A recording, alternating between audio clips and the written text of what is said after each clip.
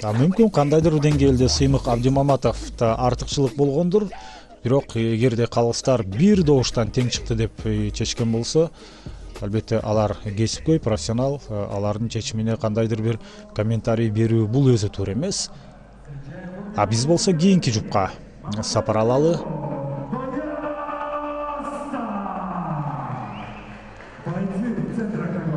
Баястан Маматали уулу менен Хушбахт Абдурахманов.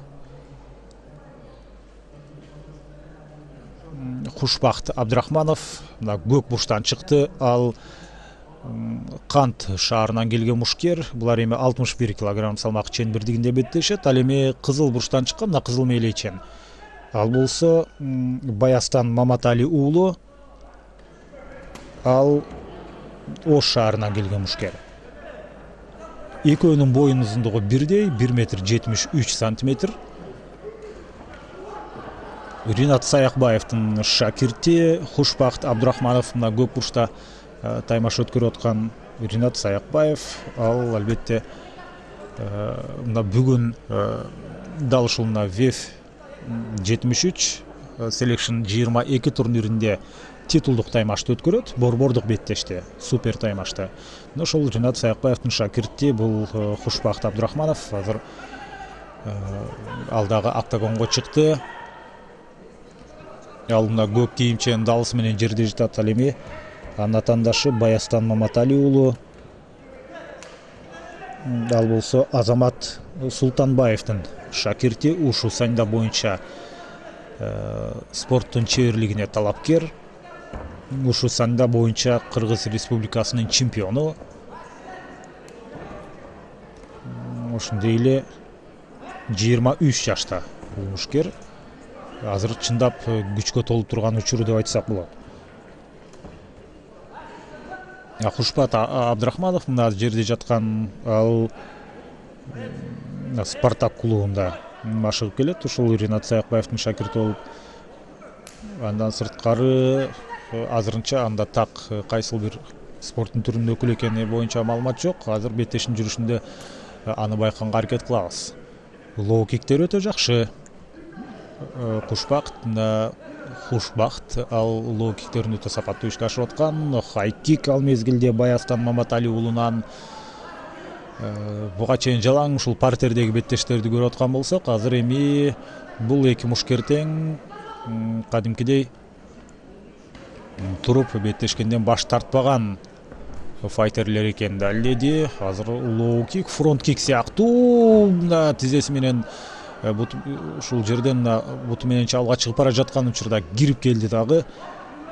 Азыр Хушбахт Абдурахманов атандашын жерге жыкты. 3 буштукка түшүп калды. Өтө кооптуу ыкма. Эгерде иш жүзүнө ашып кетсе, өтө кооптуу ыкма. Кана калыс байкап турушу керек. Уктап калышы ыктымал.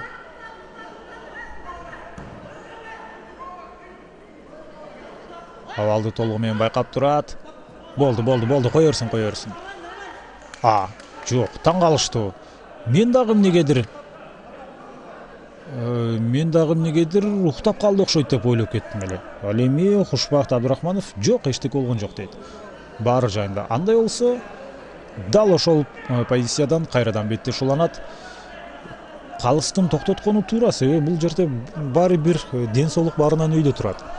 Андыктан колун таштап ийген учурда, демек ал ушинтип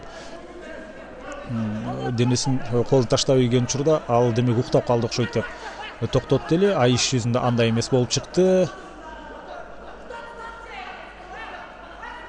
Мына өтө жакшы бутун, бир бутун экинчи бутуна кийгизип алган, колу менен тартып атат. Бул абалдан чыгып кетүү өтө кыйын. Эми да ана уктап калышы ыктымал.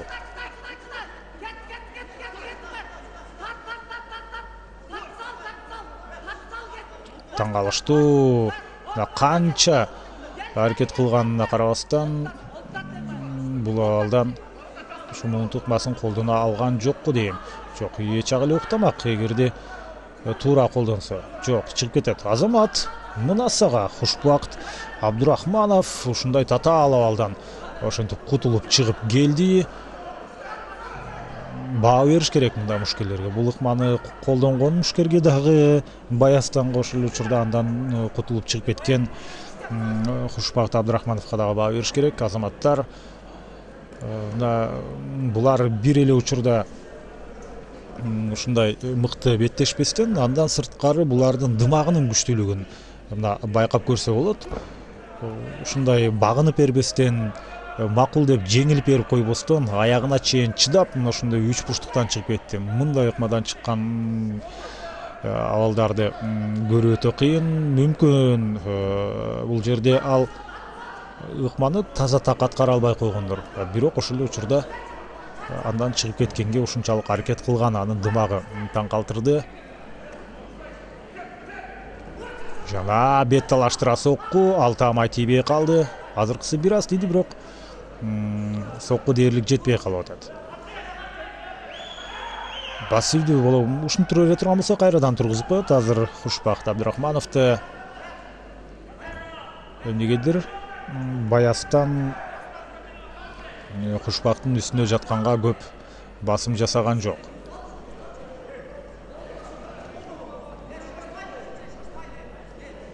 Калсын деле чыдамы түгөнгөн сыяктуу.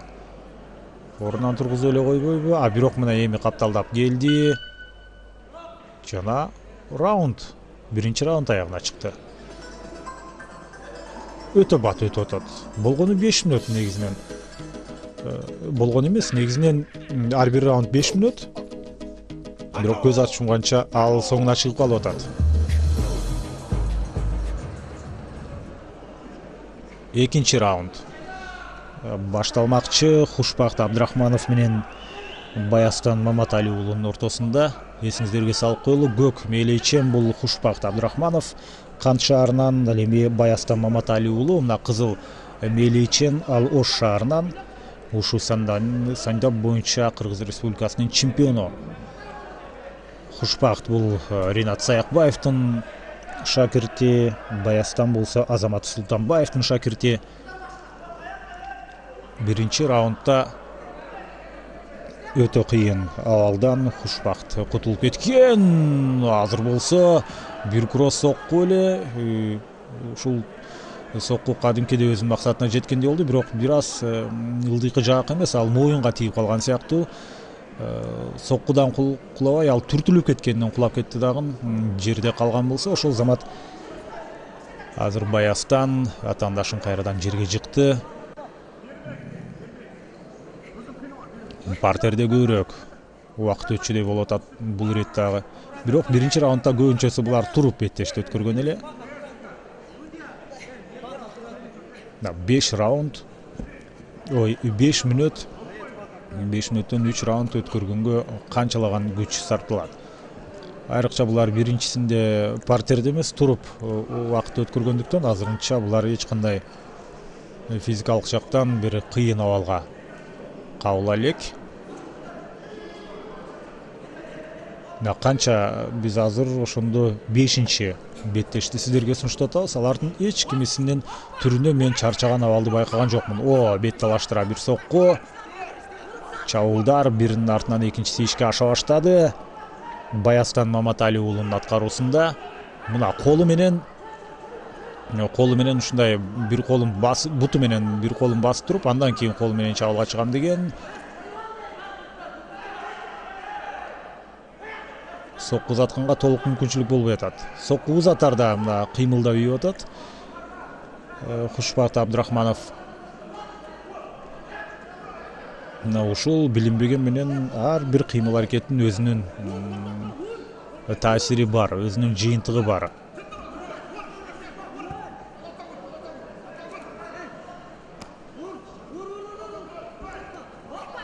Позициясын өзгөрттү. Мына эми сокку узатуу керекпи? Же болбосо колун тартып кеткенге аракет кылабы?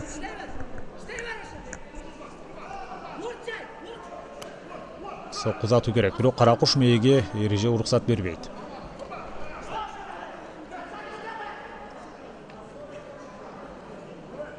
Бул мушкерлер дагы бири-бирине тең келген мушкерлер экенин айтсак болот. Ушунчалык мына эч кандай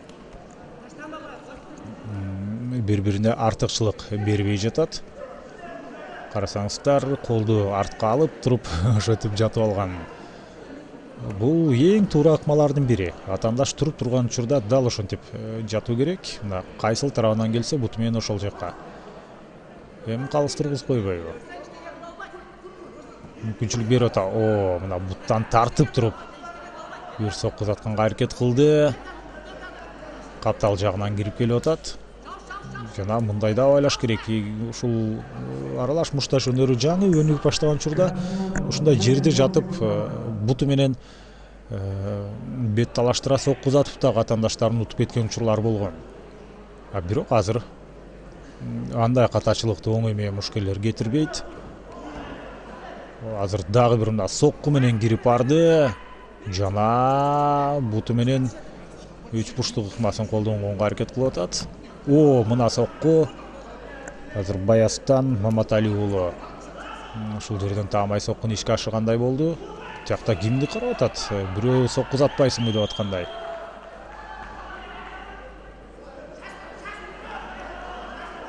Арткы фонду карасаңыздар, секунданттын ушунчалык эмоционалдуу болуп аткан, өзү беттеш өткөрүп аткандай. Бир жагынан алганда мына секундант деген ушундай болушу керек.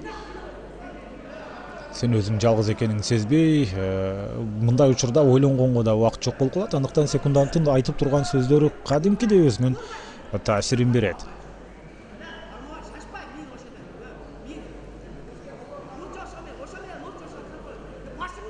Мына бир колу менен бир буту менен атаандашын бир колун кармады. Эми экинчи колун кармап ары жагына өткөрүү керек беле? Кандай кылыш керек? Ыкма дээрлик туура аткарылып аткандай болуп туруп, бирок иш жүзүндө ал ишке ашпай калды. Жана экинчи раунд аягына чыкты.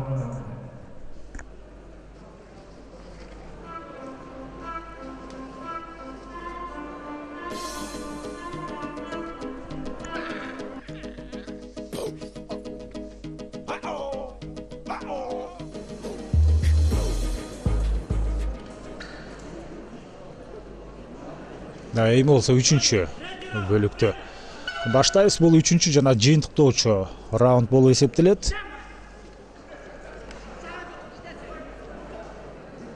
Эми калыстар тобуна, күйөрмандарга өздөрүнүн артыкчылыгын ушул үчүнчү раундда ишке ашыруу керек. Азыр болсо Баястан Маматали уулу атаандашын жерден көтөрүп барып туруп чапты эле. Тескерисинче өзү бир ыңгай сабалга калып калгандай көрүнүп атат. Бул абалдан эми акырындап чыгуу керек.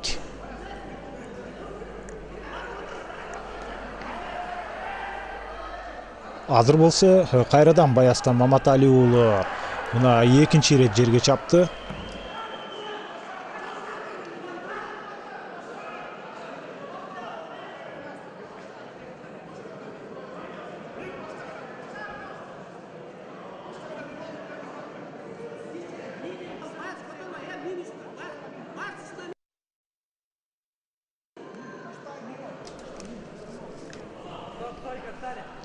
Да бул жыйынтыктоочу үчүнчү раунд жана азыр калыс ошентип кайрадан туруп беттешти өткөрүүсүн сунуштады.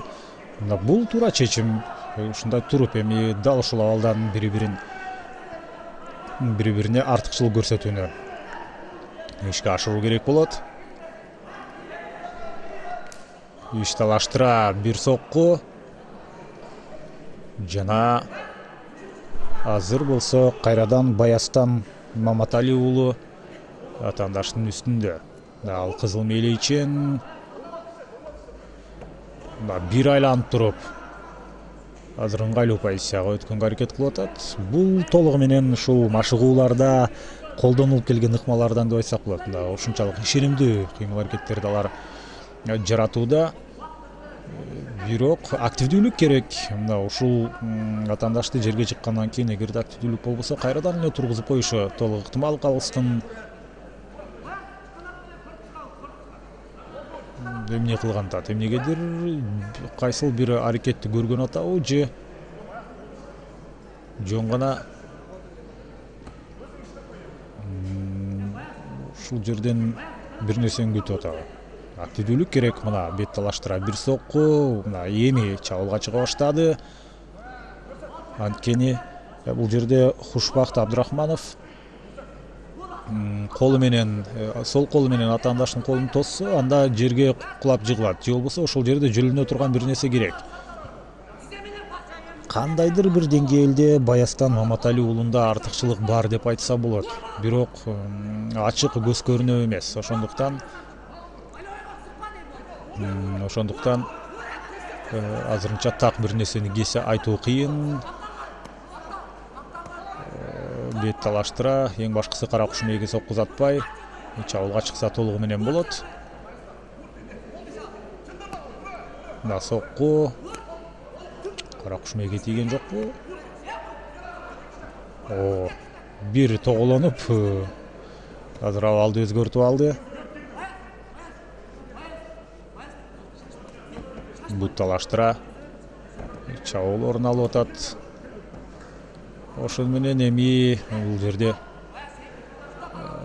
жыйынтыктоочу раунд эле соңуна чыкчудай. Биз экинчи ирет ушундай калыстардын чечими менен жеңүүчүнү аныктайт сыяктуубуз. Буга чейинкисинде ушул Сыймык Абдимаматов менен Канат Майрамбек уулунун ортосунда беттеш тең чыгуу менен аяктаган. Азыр болсо мына Баястан кадимкидей ары карап туруп өзүнүн шакиртинен, өзүнүн устатынын кеңештерин угуп туруп андан кийин аракет кылып атат. Калыс кайрадан тургузмакчы. Активдүүлүк керек. Бир аз дымакты көбөйтүп, мына ушул жерден ким иштеп кетсе, мына ошол командада же болбосо ошол мушкерде албетте ийгилик жаралат. Хайкик өз максатына жеткен жок. 3-чү раунд экенине карабастан, кадимкидей биз артыкчылыкты, мындай ушундай активдүүлүктү байкап атабыз. Канча ирет жатса, ошончо ирет демек тургузмакчы. Эмне болуп кетти?